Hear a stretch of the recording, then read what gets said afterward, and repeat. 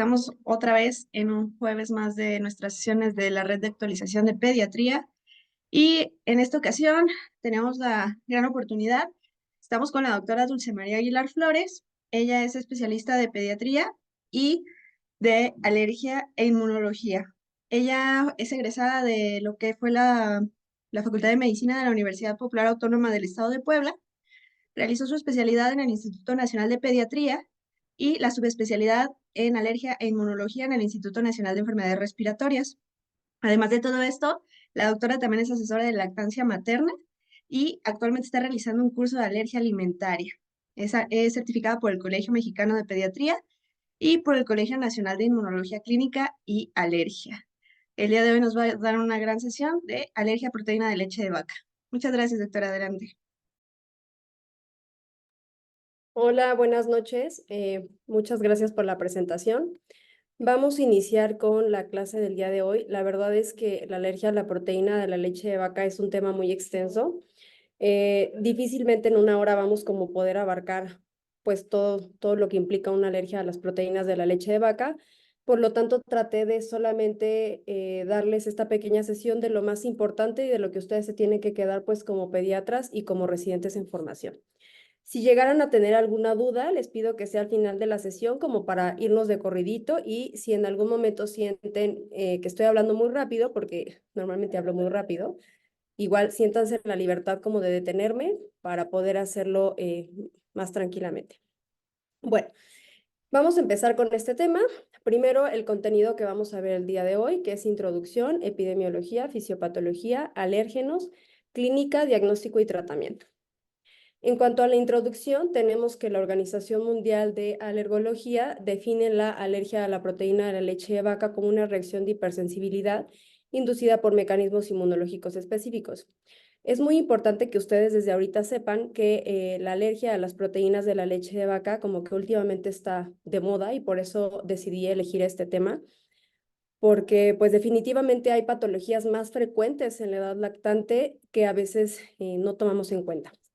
Y algo muy importante es que tienen que diferenciar entre una reacción alérgica y algo que es intolerancia a los alimentos. Una intolerancia a los alimentos jamás te va a ocasionar una reacción de hipersensibilidad o ninguna reacción inmunológica, a diferencia de la alergia. En cuanto a la epidemiología, nosotros sabemos que existen estos The Big Nine, que son justo los 9 alimentos alergénicos al cual el 90% de la población a nivel pues, mundial son alérgicos. Dentro de estos 9, pues está el cacahuate, están las nueces, el pescado, los mariscos, el huevo, la leche, el trigo, la soya y el sésame, que es el ajonjolí. Este último se acaba de agregar porque antes eran de Big A, pero justo el ajonjolí apenas se acaba de agregar. Y de estos 9 alimentos también los puse y se los estoy marcando un poquito porque pues en ningún lado alcanzamos a ver la fresa, ni los cítricos, ni nada de esto, ¿no? Entonces eso es un mito que hay que empezar a quitar ya desde ahorita con todos, ¿no?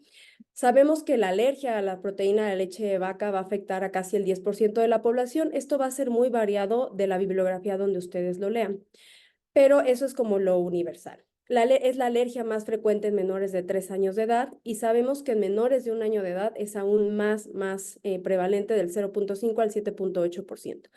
No se olviden tampoco de los otros alimentos alergénicos que también son importantes a esta edad, como lo es el huevo, lo es la soya y es el trigo. En cuanto a la prevalencia, pues tenemos que justo los asiáticos van a tener una prevalencia del 90%, y de hecho va a ser un factor de riesgo que vamos a ver más adelante, el que sean asiáticos, y vemos que los caucásicos son los menos afectados en el 21% y los hispanos en el 51%. Este es un estudio que se hizo, es un estudio epidemiológico que se hizo aquí en México, y justo lo que se hizo fueron varias encuestas. Estas encuestas fueron 1971 encuestas, y si se dan cuenta, en la parte de abajo, que es el último, viene la leche. Y justo se vio que la frecuencia de alimento sospechoso en los niños menores de 3 años por mucho se lo va a llevar la leche. Si se dan cuenta, aquí primero está la leche, si ponemos en un segundo lugar va a estar peleándose entre la soya y el huevo. Ajá. Entonces es justo por eso que lo puse, y también vemos que de los síntomas que evalúa esta encuesta o que evaluó esta encuesta, vieron que los síntomas que más predominaron fueron los gastrointestinales. Esto coincide mucho con la literatura universal, porque en la literatura universal justo se describe o se ha reportado que los síntomas más pues predominantes son los cutáneos seguidos por los gastrointestinales. Entonces, si se dan cuenta en este estudio, justo como que están los síntomas gastrointestinales, posterior está la rinitis y por último están los síntomas cutáneos, que totalmente coincide. Aquí la rinitis como que se sale un poquito de la literatura universal, pero pues sí coincide bastante con todo lo que hay en toda la bibliografía. Dentro de los factores de riesgo que ya están bien descritos, ya están bien estudiados, pues tenemos que si mamá tiene más de 30 años es un factor de riesgo, algún tipo de alergia materna, alimentaria también es factor de riesgo, lactancia materna menos de 3 meses es un factor de riesgo, la cesárea, que sean asiáticos, como les comentaba. Los antibióticos son un factor de riesgo muy importante, pues porque justo afecta todo esto que es el microbioma. Y pues últimamente ya ha habido muchos estudios también acerca del microbioma y lo importante que es para la patología alérgica. Más adelante vamos a hablar de las cepas que más se han estudiado o que más evidencia tienen para que ustedes también las puedan usar en su consulta.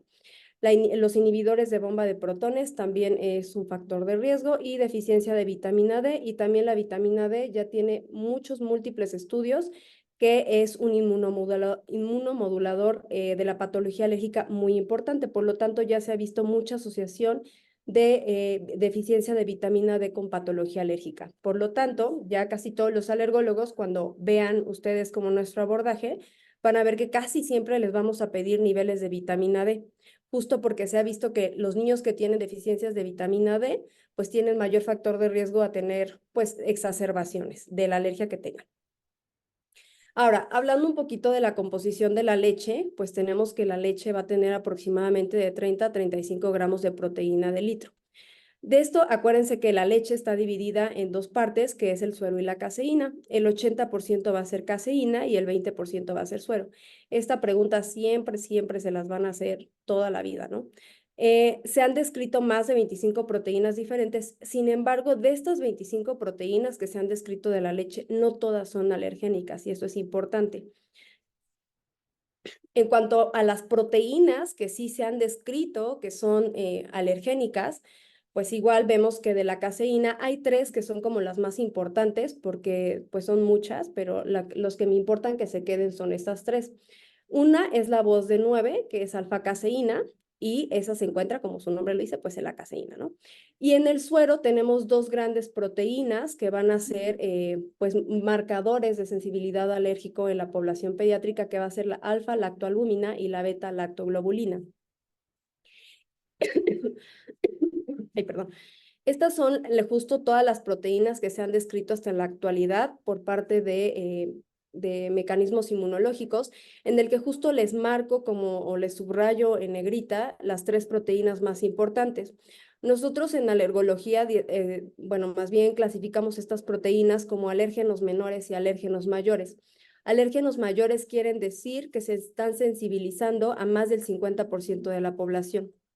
Y justo varias de estas proteínas, más bien las tres, son alérgenos mayores. Y algo también muy importante es que de estas proteínas que están de las caseínas y, bueno, las proteínas que están en la caseína y que están en el suero, hay ciertas proteínas que van a perder su potencia alergénica, por decirlo así, cuando son cocinadas. O sea, cuando entran a temperatura, van a perder su reactividad alérgica.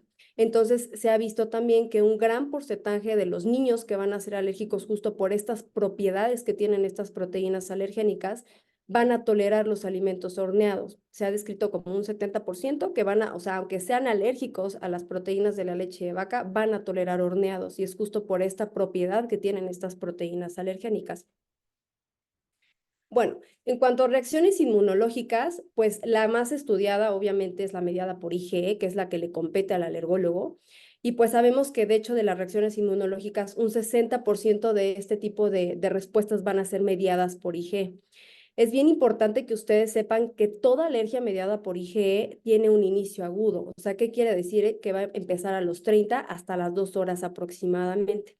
Todo lo que va después de eso difícilmente ya va a ser una alergia mediada por IgE, es más probable que sea una alergia mixta o una no mediada por IgE. Y la no mediada por IgE es la que tienen que recordar siempre como la alergia tardía, o sea, la que van a pasar a veces horas, días y va a tener síntomas horas o días después de haber ingerido el alimento. Aquí tenemos dos fases, que es la mediada por IgE. Tenemos dos etapas, dos fases, la fase de sensibilización y la fase efectora. La fase de sensibilización, como ustedes ven, pues aquí tenemos estas bolitas que es el antígeno o el alérgeno que está en el lumen intestinal. Este alérgeno va a ser captado por esta célula dendrítica y esta célula dendrítica lo va a presentar a una célula linfoide T0.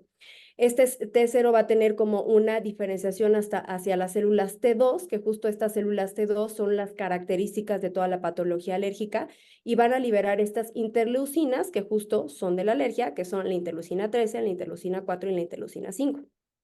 Cada una de estas interleucinas es bien importante que ustedes recuerden que pues tienen su función, ¿no? Por ejemplo, la interleucina 5 es la que estimula el eosinófilo, la interleucina 4 y la interleucina 13 es la que va a ocasionar o va a favorecer a que esta célula B haga el cambio de isotipo de las inmunoglobulinas y haga una IgE específica para cuando haya una segunda exposición a este alimento, pues ya no se tenga que volver a hacer todo esto. Ajá, ya prácticamente cuando hay una segunda exposición, pues esta proteína alergénica ya es captado por esta inmunoglobulina E y ya automáticamente se empieza a hacer la liberación de mediadores inflamatorios, ¿no? De histamina, de tripsina, ¿no?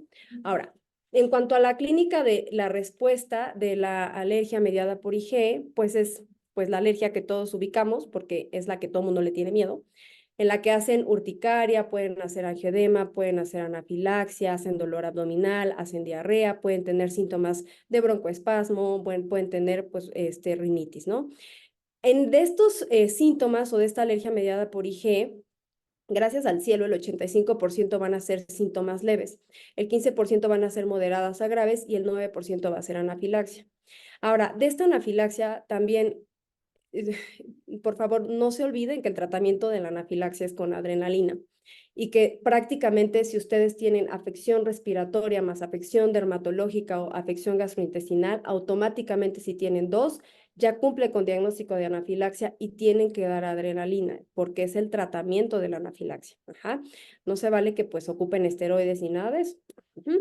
Ahora, en cuanto a la alergia mixta, aquí no me voy a detener tanto. Como les comentaba, pues es un tema bastante largo, pero dentro de los panoramas de la alergia mixta o de los mecanismos fisiopatológicos mixtos, pues tenemos que existe la esofagitis eosinofílica, la dermatitis atópica y la gastropatía eosinofílica. Y dentro de esta gastropatía eosinofílica, pues está la gastritis, la colitis, la enteritis y todos los síntomas gastrointestinales, ¿sale? Ahora, de estos pacientes que tienen dermatitis atópica, también me voy a detener un poquito porque antes se solía que si el paciente tenía dermatitis atópica, se tenía que hacer una dieta de eliminación con todos los alimentos. Y ya en la actualidad, pues ya se ha visto que no, que ya la dermatitis atópica, la única indicación de hacer dieta de eliminación, aunque tengan sensibilidad alérgica, es que la dermatitis atópica no se logre controlar a pesar de un tratamiento bien establecido, ¿sale? Entonces, no todo el paciente que tiene dermatitis atópica le tienen que hacer dieta de eliminación, porque ya se ha visto también que si nosotros damos dieta de eliminación pareja, pues los efectos a largo plazo de ese niño, hablando nutricionalmente hablando, pues son importantes. Empiezan a tener muchas carencias y empiezan a tener, pues se comparan con los pesos de otros niños y se ve que tienen peso más bajo y tienen pues deficiencias de calcio, vitamina D, ¿sale? De las no mediadas por IgE, tenemos cuatro panoramas o cuatro posibles, pues sí, panoramas clínicos. El primero es la proctocolitis alérgica inducida por proteínas, que es la que todo el mundo ha escuchado, pues en el que el niño típico empieza a hacer del baño sangre, ¿no? Tenemos la enteropatía inducida por proteínas, que esta no la tienen tan bien marcada los pediatras porque es muy poco frecuente, pero sí les voy a hablar un poquito de ella. Y tenemos la enterocolitis inducida por proteínas, que también no la tenemos tan bien identificada en pediatría y yo estoy casi segura que a mí se me fueron más de uno de estos niños cuando estaba de residente de pediatría porque no lo supe identificar. Y por último, el síndrome de Heiner. Ahora, de estos cuatro panoramas, de estos cuatro panoramas, aquí viene justo los tres más frecuentes, que es el FPIs, que es la enteropatía, la enterocolitis y la proctocolitis, ¿no? La más frecuente justo es la proctocolitis y justo si ustedes ven, pues está marcado de rojito el sitio anatómico que es el que está inflamado o está afectado.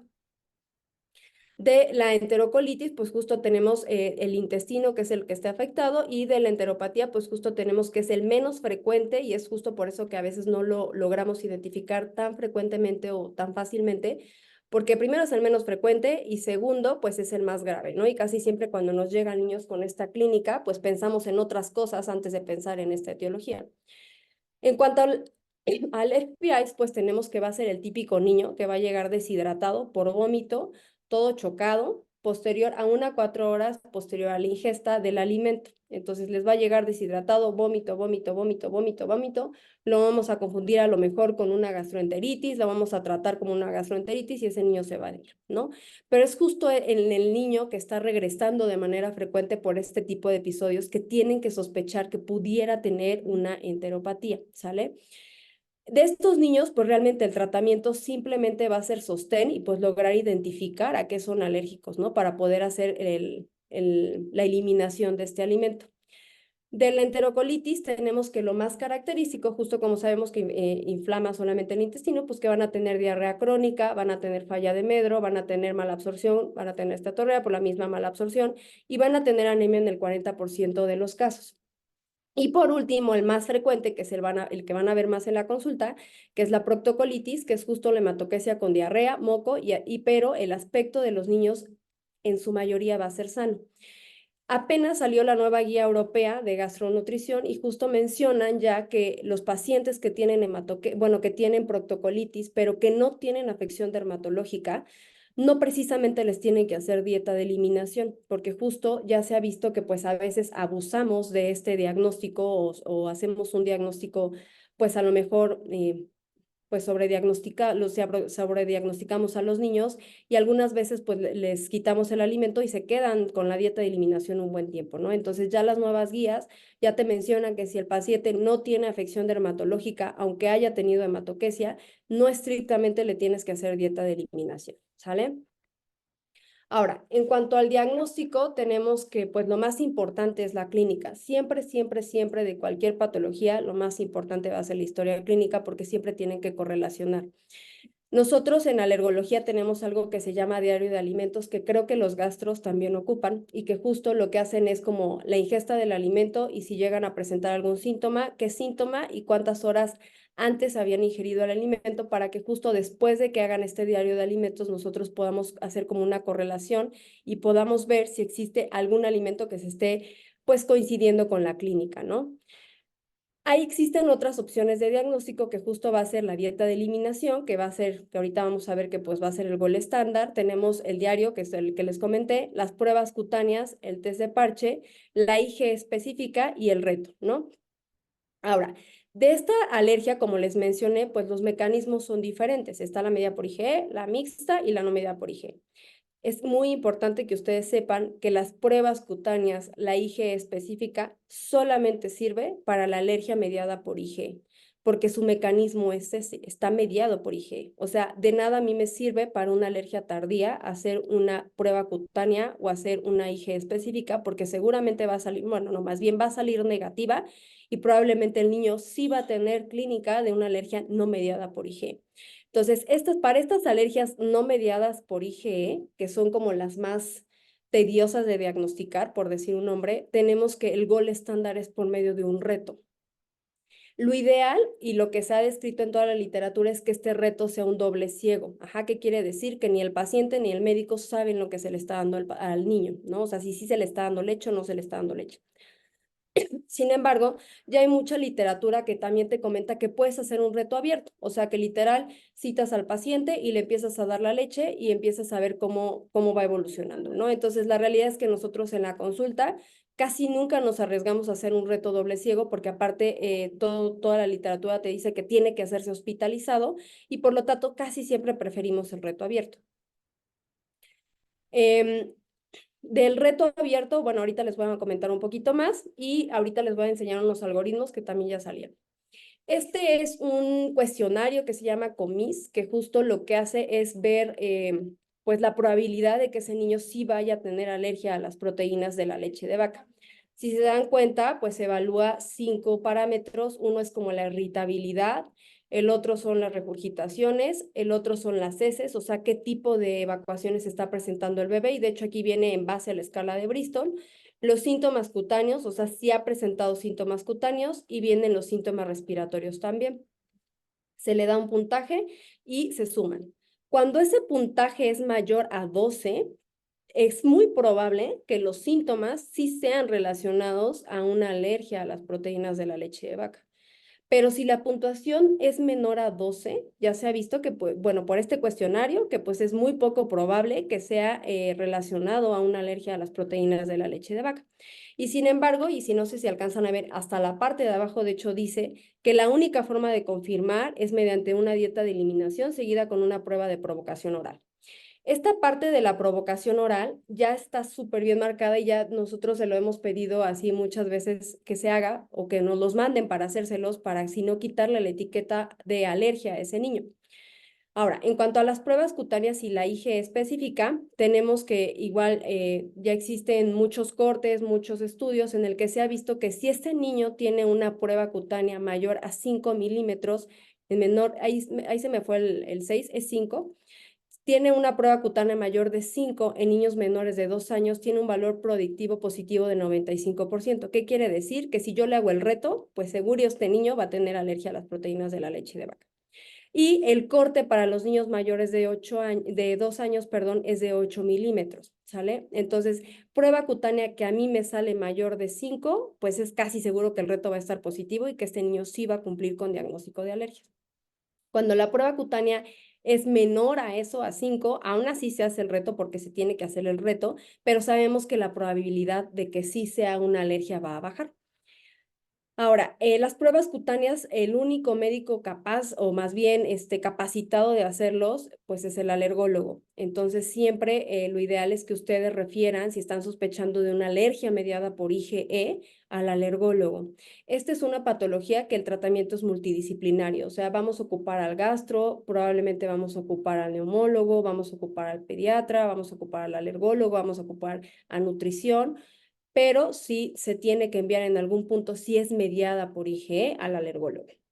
Tenemos la IgE específica, que también tenemos que ya por múltiples estudios que se han hecho, tenemos que si la IgE es mayor a 5, tenemos que existe un valor predictivo positivo del 95% en niños menores de 2 años. Y si es mayor de 15, tenemos un valor predictivo positivo del 95% en niños mayor de 2 años. Entonces, esto también nosotros es importante. Cuando ustedes vean, si en algún momento, no sé si lo han visto, un panel de alimentos, van a ver que el corte no va a ser 5, pero el corte para el valor predictivo positivo va a ser 5 y 15, ¿sale? Es bien importante que en tanto las pruebas cutáneas como la IgE siempre vayan correlacionados con la clínica. ¿A qué me refiero con esto? Que tampoco se vale que si la prueba cutánea, no sé, yo como alergólogo tengo en mi panel de alérgenos, tengo alimentos y a todos les hago alimentos. Y de la nada me sale positivo huevo, pero el paciente no tiene síntomas con huevo. Entonces, no es válido que ustedes quiten huevo o nosotros quitemos huevo si el paciente no tiene síntomas con el alimento. El alimento solamente se retira, aunque la prueba cutánea esté positiva, solamente se quita si el paciente tiene síntomas con el alimento, ¿sale? Una cosa es que sea alérgico al alimento y otra cosa es que esté sensibilizado al alimento. Yo puedo salir sensibilizada al alimento sin tener síntomas con el alimento y puedo seguir comiendo el alimento, ¿sale? Las pruebas de parche está muy debatido, la verdad. Hay mucha bibliografía que te dice como de, bueno, si tienes y cuentas con la herramienta, hazlo. Nosotros en la escuela de donde yo salí, sí las hacíamos. Me tocó rotar en varios otros hospitales que también los hacían, pero la realidad es que también hay muchos artículos que pues te dicen que no son tan útiles porque no están estandarizadas. O sea, tú preparas esa prueba de parche, No es como que ya sea una prueba que ya venga del mercado que tú puedas aplicar. O sea, tú la tienes que preparar y eso hace que no estén estandarizadas y que no sepas cuál va a ser la cantidad que le va a ocasionar irritación a ese paciente y cuál realmente sí va a ser la cantidad que sí va a ocasionarle el mecanismo de hipersensibilidad tardío, ¿no?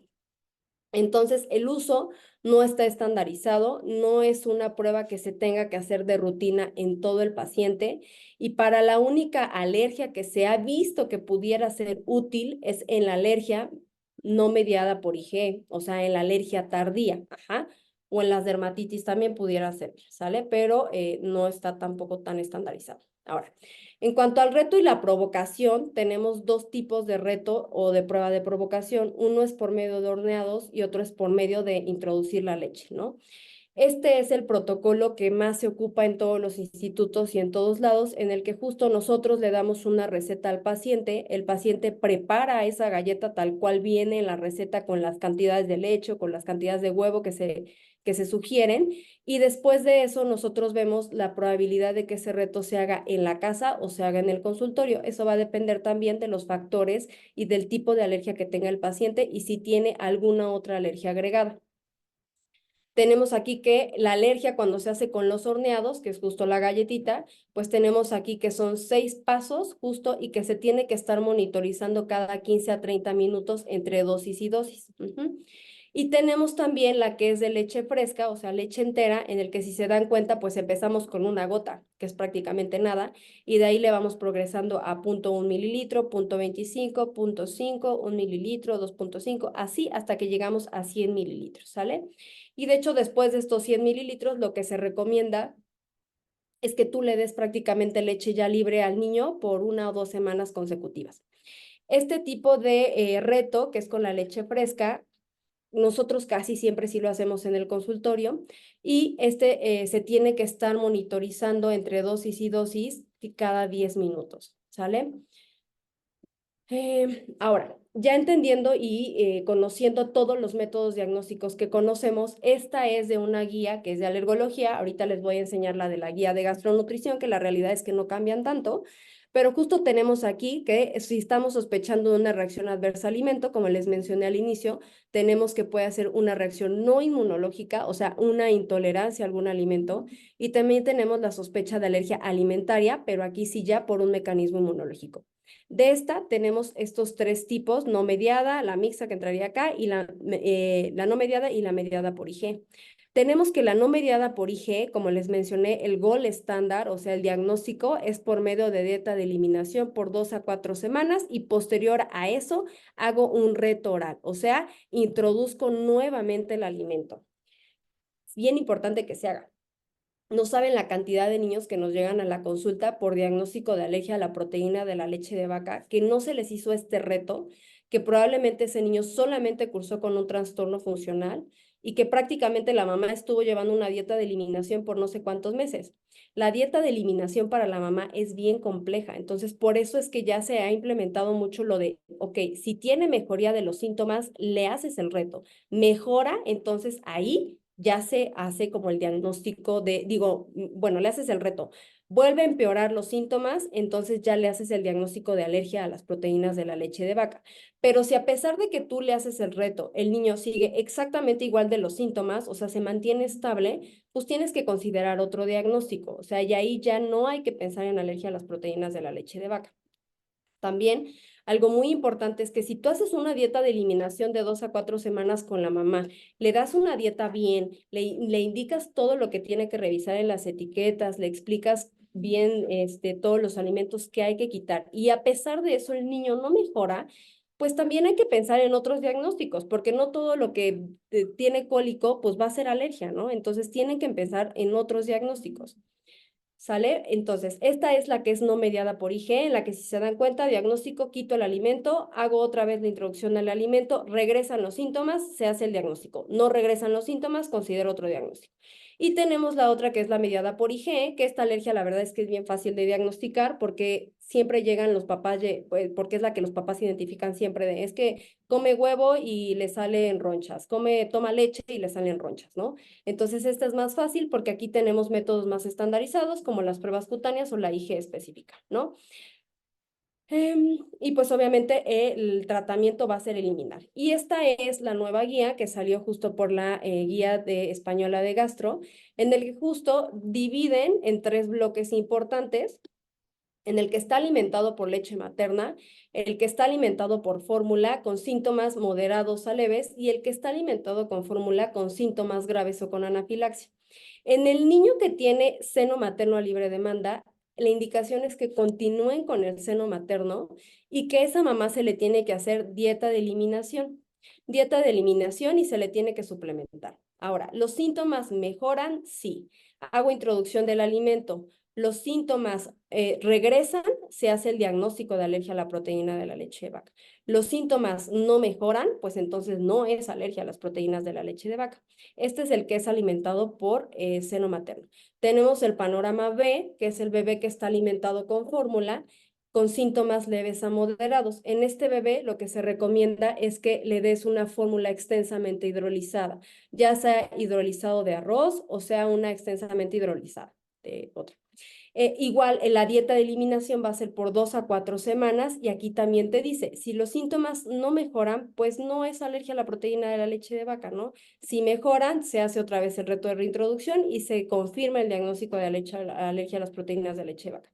Y por último tenemos el panorama, que es el panorama que tiene síntomas graves o que tiene anafilaxia, en el que aquí lo que esta guía te recomienda y también las guías del Dragma te recomiendan que le des una leche de aminoácidos por 2 a 4 semanas y que también evalúes si mejoran o no mejoran los síntomas. Mejoran los síntomas, automáticamente se hace el diagnóstico de alergia alimentaria. No mejoran los síntomas, no se hace el diagnóstico de alergia alimentaria. Ahora, ¿por qué aquí no te dicen, ok, hazle el reto, ¿no? Porque aquí podrían decirme, ¿y por qué en este, si sí mejora, pues por qué no le estamos haciendo el reto? Porque este niño tiene síntomas graves, entonces exponerlo una segunda ocasión al alimento que probablemente y que tú ya sabes que le está dando alergia, pues va a ser un gran problema hasta legal para ustedes. Entonces, por eso es que estos niños que tienen síntomas graves o que han presentado la afilaxia, simplemente con mejorar los síntomas se hace el diagnóstico, ¿sale?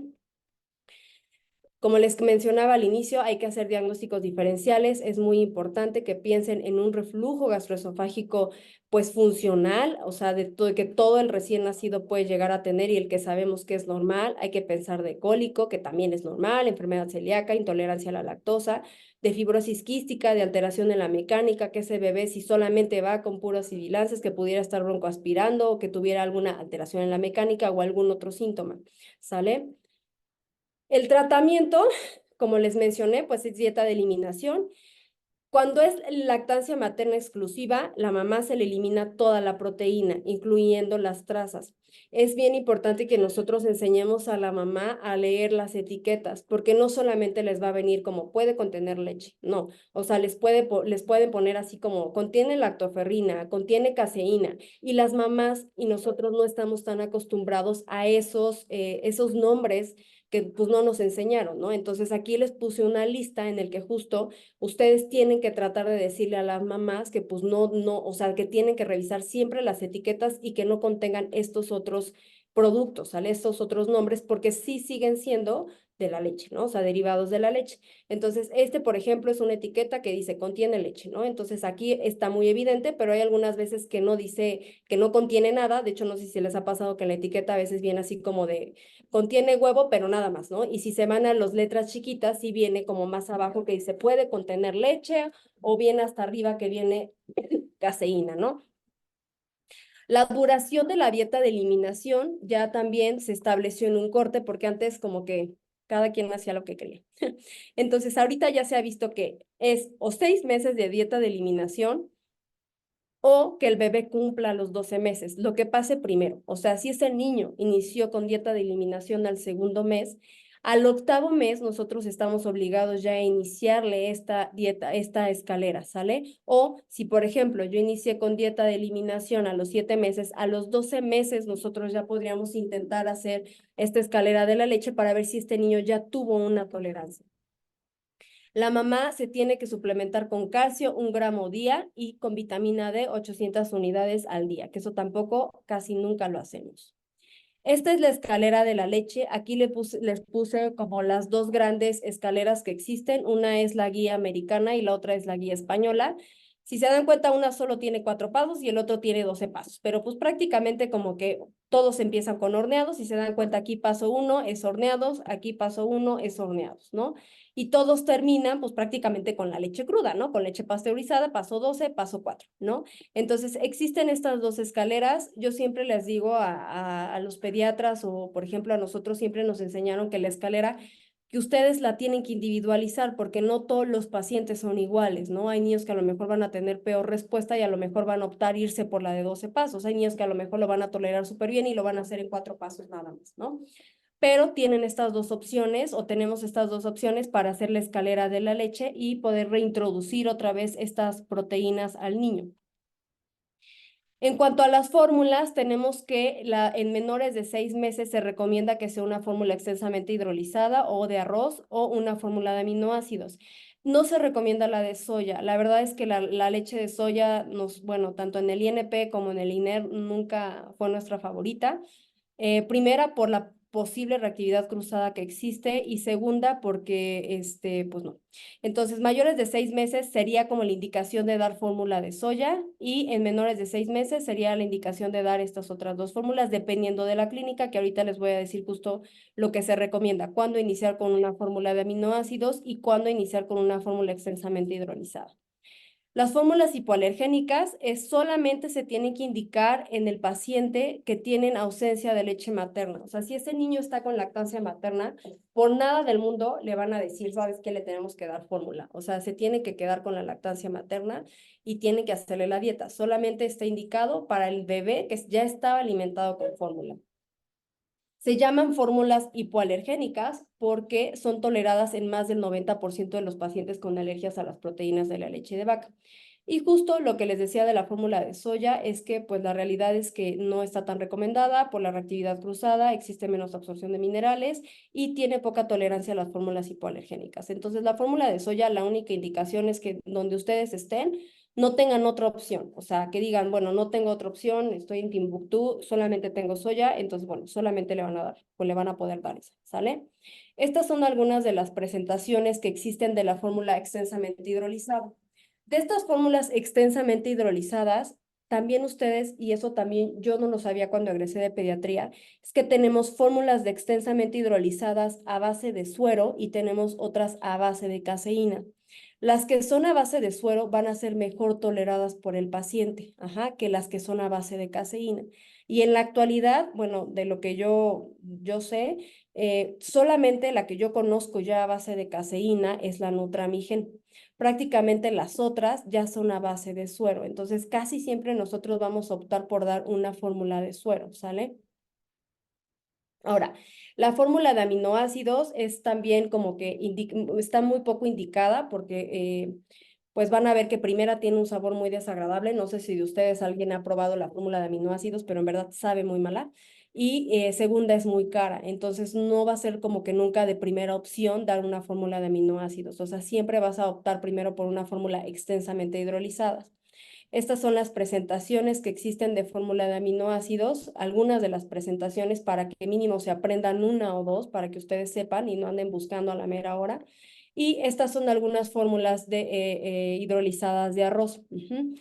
Igual son algunas de las presentaciones que existen en el mercado. Ahora, la fórmula de soya, otra vez, está marcado hasta el cansancio, no es la mejor. Y también aquí algo que pues a lo mejor y no les puse, pero también es importante mencionarles, es que las fórmulas que son parcialmente hidrolizadas, como las Comfort, tampoco van a ser las fórmulas indicadas en este tipo de pacientes, porque siguen teniendo proteína. Entonces, aunque ustedes les dejen una parcialmente hidrolizada, pues ese niño va a seguir con síntomas. Entonces, las parcialmente hidrolizadas, nunca una Comfort va a ser, estoy sospechando de una PLB, entonces le voy a dejar una Comfort. No, o sea, nunca, ¿no? Entonces, las Comfort también, olvídense de esas fórmulas para este tipo de patologías. Ahora, ¿qué fórmula voy a elegir? Este es del artículo del Dragma, en el que justo se ve cuándo van a dar una fórmula de aminoácidos, que va a ser, por ejemplo, en anafilaxia, en enterocolitis, en esofagitis eosinofílica y en síndrome de Heiner. Esas son prácticamente las 4 indicaciones que tenemos para iniciar con una fórmula de aminoácidos. Si se dan cuenta, el resto de las patologías, tanto mediada por IgE, reflujo, constipación, cólico, va a ser una extensamente hidrolizada. Y viene la segunda opción, en el que en la segunda opción, pues ya viene la fórmula de aminoácidos para, pues prácticamente para todas las patologías. Ahora, hablando un poquito de los probióticos, este es un metaanálisis que se hizo en el que justo vieron la suplementación con probióticos y vieron que el probiótico que más se estudió fue Lactobacillus rhamnosus, y vio justamente que con este probiótico pues no había resolución más temprana de los síntomas como hematoquesia, pero sí se había asociado a un aumento de tolerancia adquirida a la proteína de la leche de vaca al terminar los 3 años. Entonces, en la actualidad sí se recomienda, está debatido, porque está debatido. Nosotros en general, creo que todos los alergos en general, sí llegamos a usar Lactobacillus rhamnosus y bifidobacterias también. Esta es la presentación que existe en México, porque Lactobacillus rhamnosus, la única presentación que viene es un probiótico que se llama Probiolog GG, pero tiene 5. Y esta es una presentación que encontré curiosamente en internet, pero es de Chile. Entonces, pues no cuentan con ella, pero sí quiero que sepa que en otros países existe, ¿sale? Ahora, el omalizumab también ya es una alternativa que ya se aceptó por la FDA, de hecho se aceptó apenas en febrero del 2024. Y como sabemos, pues el omalizumab va a bloquear la unión de la IgE a sus receptores. Y justo este es como uno de los muchas tablas que venían en el Cochrane, pero justo si se dan cuenta, en todos prácticamente hay una reducción de los síntomas como urticaria, dermatitis atópica, asma, rinosinusitis y anafilaxia. En todos va a haber una mejoría si se administra omalizumab, ¿sale? Entonces, esta alternativa, la verdad es que para el paciente que a pesar de todo lo que le hacemos no lo hemos logrado causar una tolerancia, es muy buena opción, porque va a haber una desensibilización más rápida en caso de que queramos desensibilizarlo, nos va a ayudar mucho para la inmunoterapia, también ya hay protocolos establecidos, y porque también se ha visto que hay una tolerancia mayor. Entonces, no lo olviden que también ya existe como parte de la terapia. La inmunoterapia, que también la inmunoterapia para la leche también está debatida porque no existen protocolos estandarizados. Sin embargo, ya sabemos y ya hay varios artículos, como nosotros como alergólogos ya sabemos, que también puede ser una alternativa. La única desventaja de la inmunoterapia es que se ha visto que tiene muchas reacciones adversas. Entonces, prácticamente los protocolos que han tenido más éxito justo son los que se han asociado con omalizumab. Ajá, para justo disminuirle los efectos adversos. Esto totalmente le corresponde al alergólogo. Ustedes ni se metan en problemas. Y por último, pues el pronóstico, igual tienen que saber que estos niños tienen muy buen pronóstico. O sea, se sabe que a los 5 años, del 80 al 90% van a tener una tolerancia a las proteínas de la leche de vaca. Y desglosado al año, el 30 al 50% van a tener la tolerancia, a los 2 años del 55 al 75, a los 3 años del 70 al 90%. Entonces, si se dan cuenta, pues tienen muy buen pronóstico. O sea, es de las alergias alimentarias que va a tener muy buen pronóstico, a diferencia, por ejemplo, de camarón. Y la APLB mediada por IgE, sí se sabe también que tiene peor pronóstico que la no mediada por IgE, pero también sabemos que a los 5 años, pues mínimo la mitad van a tener una tolerancia, ¿sale? ¿Cuándo van a referir al alergólogo o al gastroenterólogo? Al gastroenterólogo cuando están sospechando de una alergia no mediada por higiene, ¿no? Porque casi siempre los que nos apoyan muchísimo, o más bien los otros médicos que totalmente están capacitados para ver este tipo de patologías son los gastroenterólogos.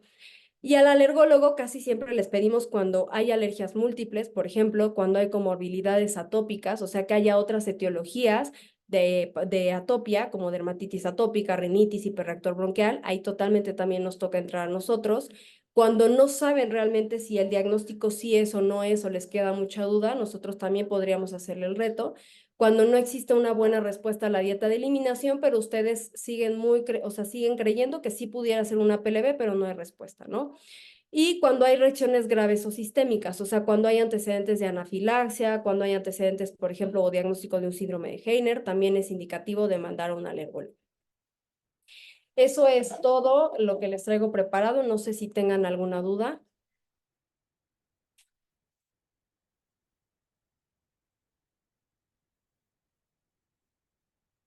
Ah, Bueno, ya salieron acá dos preguntas. Uno, ¿qué opinas sobre el uso de la leche de cabra en este tipo de patologías? Mira, la leche de cabra se ha visto que solamente no cuenta con una proteína alergénica y por eso en algún momento tuvo mucho auge como que se pudiera compartir. Efectivamente no tiene voz de 5, pero sí tiene el resto de las proteínas alergénicas que también tiene la leche. Entonces ya en la actualidad también ya se ha visto que pues hay reactividad cruzada con varios mamíferos. Entonces no se recomienda tampoco de primera instancia iniciar o dar una leche de cabra. Siempre vamos a optar por una leche extensamente hidrolizada. Acá hay otra pregunta. Las leches parcialmente hidrolizadas, como les comenté hace rato, no. O sea, las leches parcialmente hidrolizadas nunca van a ser una opción para el tratamiento de estos niños porque van a seguir teniendo, o sea, van a seguir teniendo proteína. Entonces, nunca va a ser una opción iniciar con una parcialmente hidrolizada. Probiótico, fíjate que los probióticos que más se han estudiado es el Lactobacillus rhamnosus, específicamente y bifidobacterias. Reuteri para este tipo de patologías, como por ejemplo con el cólico del lactante, no se ha visto tanta mejoría, o sea, se ha visto más con rhamnosus. Y de hecho, algo bien importante que yo me metía así a buscar es que, por ejemplo, el biogaya, que damos mucho para el cólico, por ejemplo, en un paciente que estamos sospechando de alergia a las proteínas de la leche de vaca, no se tiene que dar porque el biogaya tiene trazas de proteínas de la leche de vaca. Entonces aquí casi siempre lo que nosotros damos es proteflor o microbioto, alguno de los dos. Los dos tienen lactobacillus rhamnosus, pero Reuteri específicamente para alergia, en este tipo de alergia, no tiene tanta evidencia.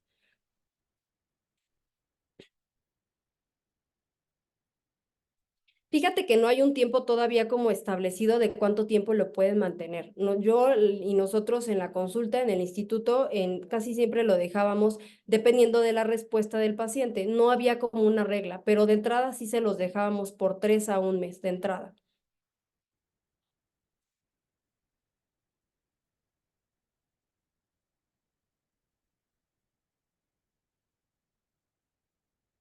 ¿Alguna otra duda que tengan? Doctora, una duda. Cuando tenemos ya una sospecha diagnóstica y realmente pues la sintomatología, los datos clínicos que nos da el paciente no son graves, como lo había mencionado al inicio, todo esto se puede manejar por consulta externa, no Sí, hay claro. criterios para hospitalizar.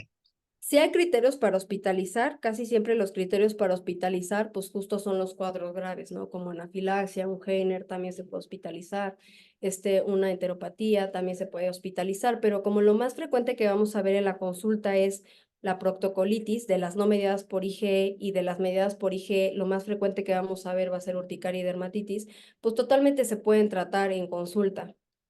De hecho, es raro que hospitalicemos una alergia, casi siempre, o sea, todos los protocolos te dicen que para hacerles el reto doble ciego, pues lo tienes que hospitalizar, pero la realidad es que no lo hacemos porque pues no tenemos la posibilidad en un hospital público de estarlo hospitalizando. Y segunda, porque pues no tiene, o sea, si puedes hacer un reto abierto, pues no. Creo que se podría y valdría más la pena hacer un reto abierto, que es lo que hacemos casi todos los alergos en el consultorio.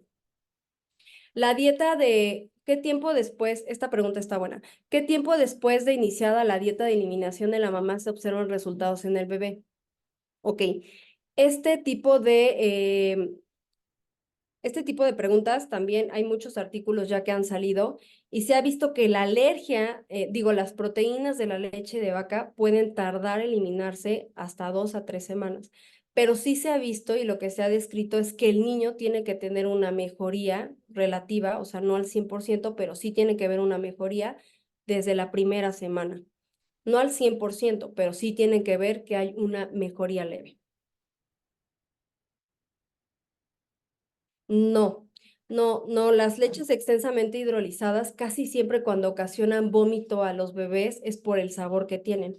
Entre más procesada es una leche, el sabor es peor. O sea, no sé si de verdad saben bien feas. A nosotros nos daban a probar todas las leches y saben terribles. Entonces, de hecho, por eso tampoco se los mencioné en la plática, pero la fórmula de arroz es muy buena opción porque tiene mejor sabor. Entonces, casi siempre, ya ahorita la mayoría optamos, de hecho, por una fórmula de arroz porque el niño tiene mejor aceptación.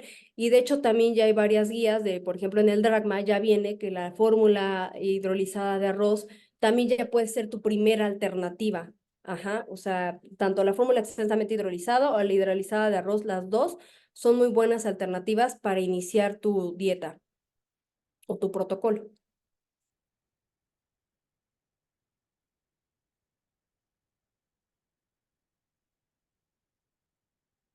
¿Alguna otra duda?